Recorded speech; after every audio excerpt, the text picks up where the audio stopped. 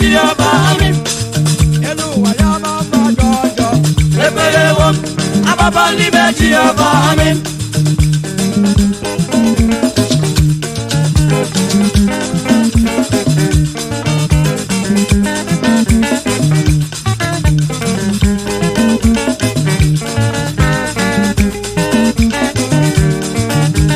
Agbaba Nime Jehova.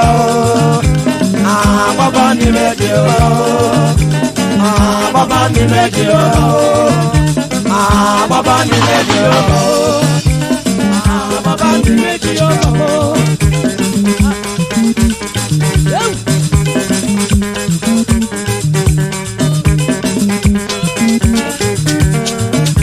Agbaba Nime Jehova, Agbaba Nime Jehova.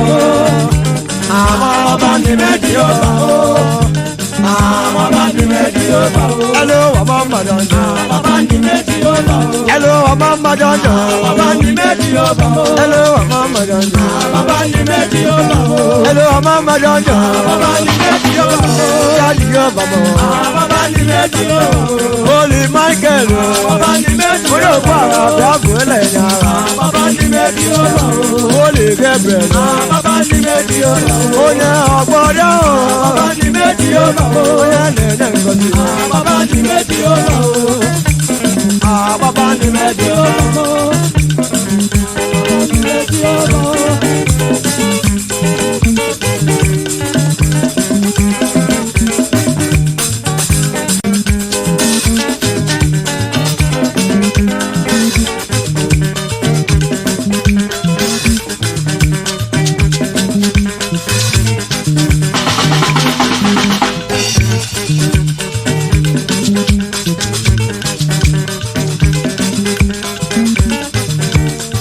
Agbaba Nime Jehova, Agbaba Nime Jehova, Agbaba Nime Jehova, Agbaba Nime Jehova, Daddy Jehovah.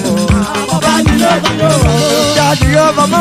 Agbaba Nime Jehova, Onye kere ụwa niile. Agbaba Nime Jehova, Holy Michael. Agbaba Nime Jehova, Onye na-eburu anya. Agbaba Nime Jehova, Holy Gabriel. Agbaba Nime Jehova, Onye na-enye anyị ngozi. Agbaba Nime Jehova, Holy Hurel. Agbaba Nime Jehova, Onye na-agba onye ọrịa. Agbaba Nime Jehova, Holy Raphael. Agbaba Nime Jehova, Onye na-agba onye ọrịa. Agbaba Nime Jehova, Bịa o, bịa o, bịa o. Agbaba Nime Bịa o, bịa o, bịa o, bịa o, bịa o. Agbaba Nime Jehova.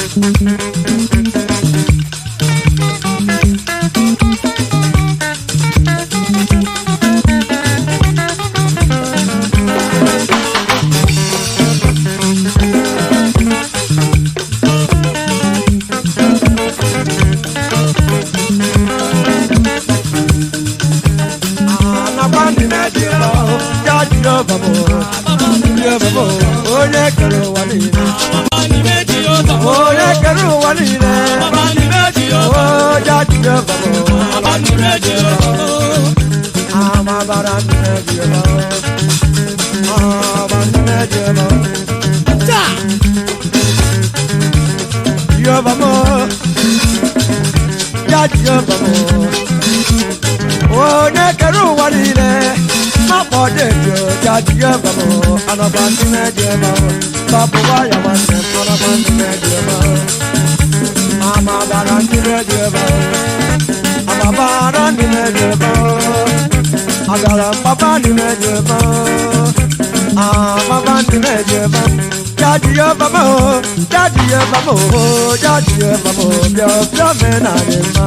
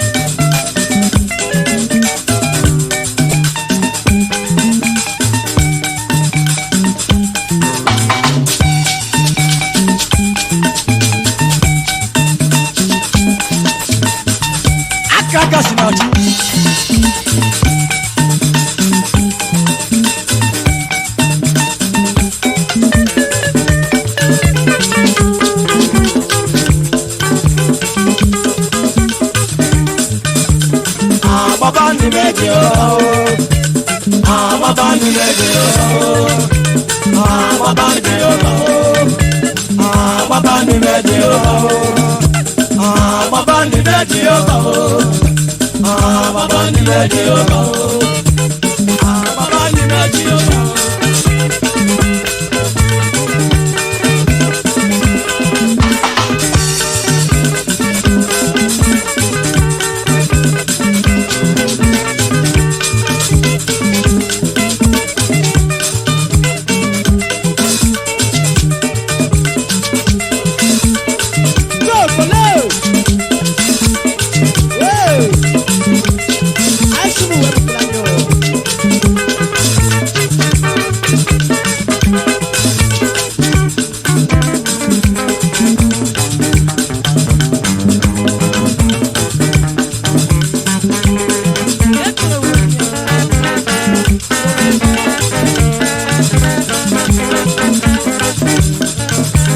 Agbaba Nime Jehova, Agbaba Nime Jehova, Agbaba Nime Jehova, Daddy Jehovah mo. Agbaba Nime Jehova, Oh Daddy Jehovah mo. Agbaba Nime Jehova, Oh nekero wale. Agbaba Nime Jehova, Oh newe madu ni. Agbaba Nime Jehova, Agi kere lo nala. Agbaba Nime Daddy Jehova, agi kere madu ni. Agbaba Nime Jehova, Oh newe Daddy Jehovah. Agbaba Nime Jehova, Oh babu wa ya wande. Agbaba Nime Jehova, Oh sisa de me. Agbaba Nime Jehova, Oh newe me. Agbaba Nime Jehova, Oh babu wa. Agbaba Nime Jehova, Oh no wale we me. Agbaba Nime Jehova, Oh me bonde we me.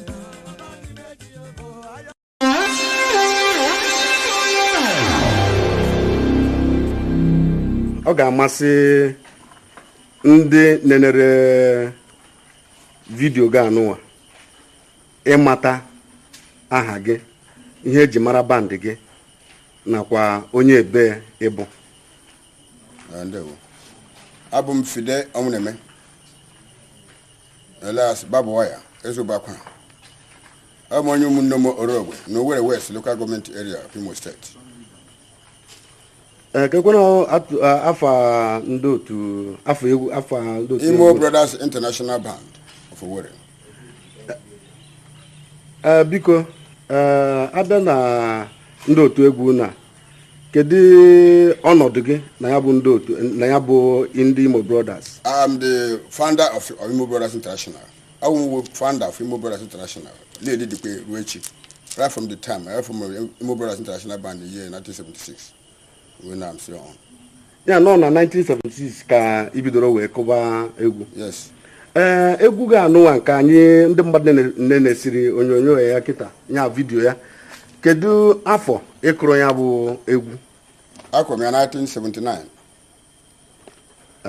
Title of the music wụ Ole Ihe Gị Ọwụ. Kekwe ngwa kọwara anyị ihe gbasara Ole Ihe Gị Ọwụ anụwa ịkụrụ n'egwu a ka anyị wee ghọta.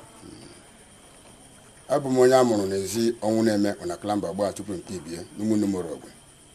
Mụ amụtụ mụ na ezinụlọ anyị si dị.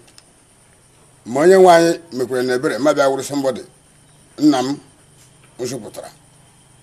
Ma gbalịga kụwa egwu nkwana ibe m dekụga egwu ka esi ha akụ. Mbịa bido egwu si ihe ọwụ eji emegide ma gbaa mbọ asị na ụlọ ga-akwa aja dis and that ga-eme nye mmadụ ahụ mma biri n'ụlọ zụọ moto ha si ma hụ from Mercedes na ndị ọzọ na ụlọ elu ka ụlọ ala ka eji emere m ọnụ chukwu nye m aga m emesa ihe niile a. Ekene gị. Thank you very much. Kedu ife ị nwere ịgwa ndị otu Imo Brothers? Kedu okwu ị nwere ịtụpụrụ ha?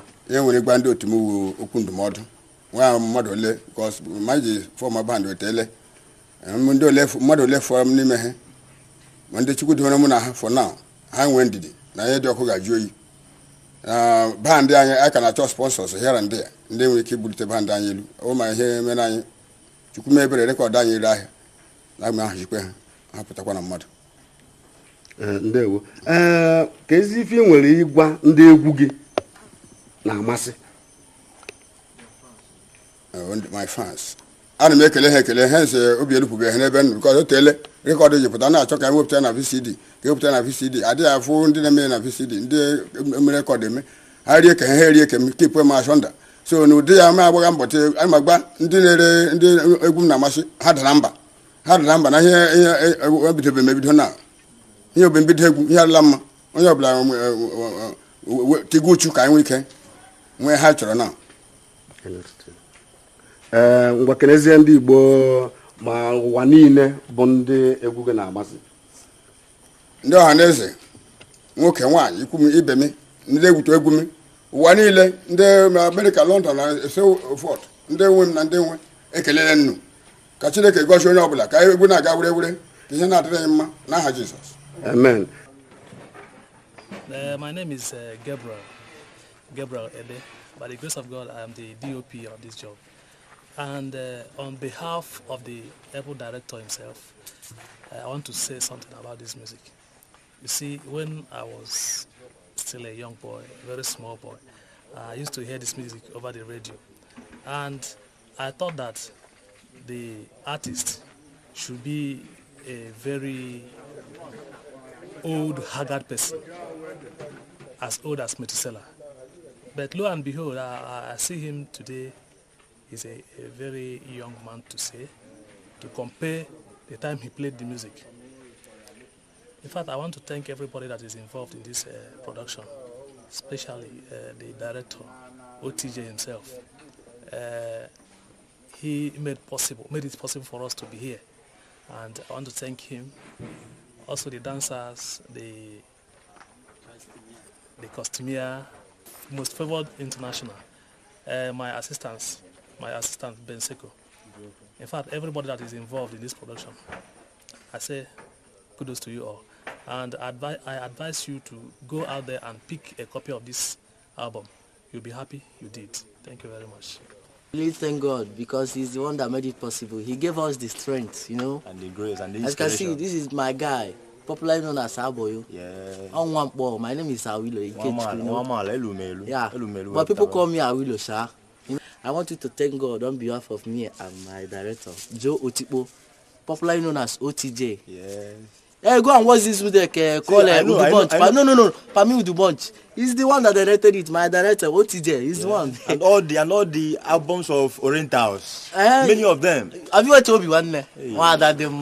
This is Imo Brothers. Oh boy. Thank you. This man is full of inspiration. I know we're gonna see next time. I love you. Honorable Customer Assistant to Most Favored International, the maker of many costumes in the video world. And my honorable director, Joe Otipo, whatever, he's too much. This is the director you can never forget. And me, Ogechuku, popularly known as CBO or Kome Alaji.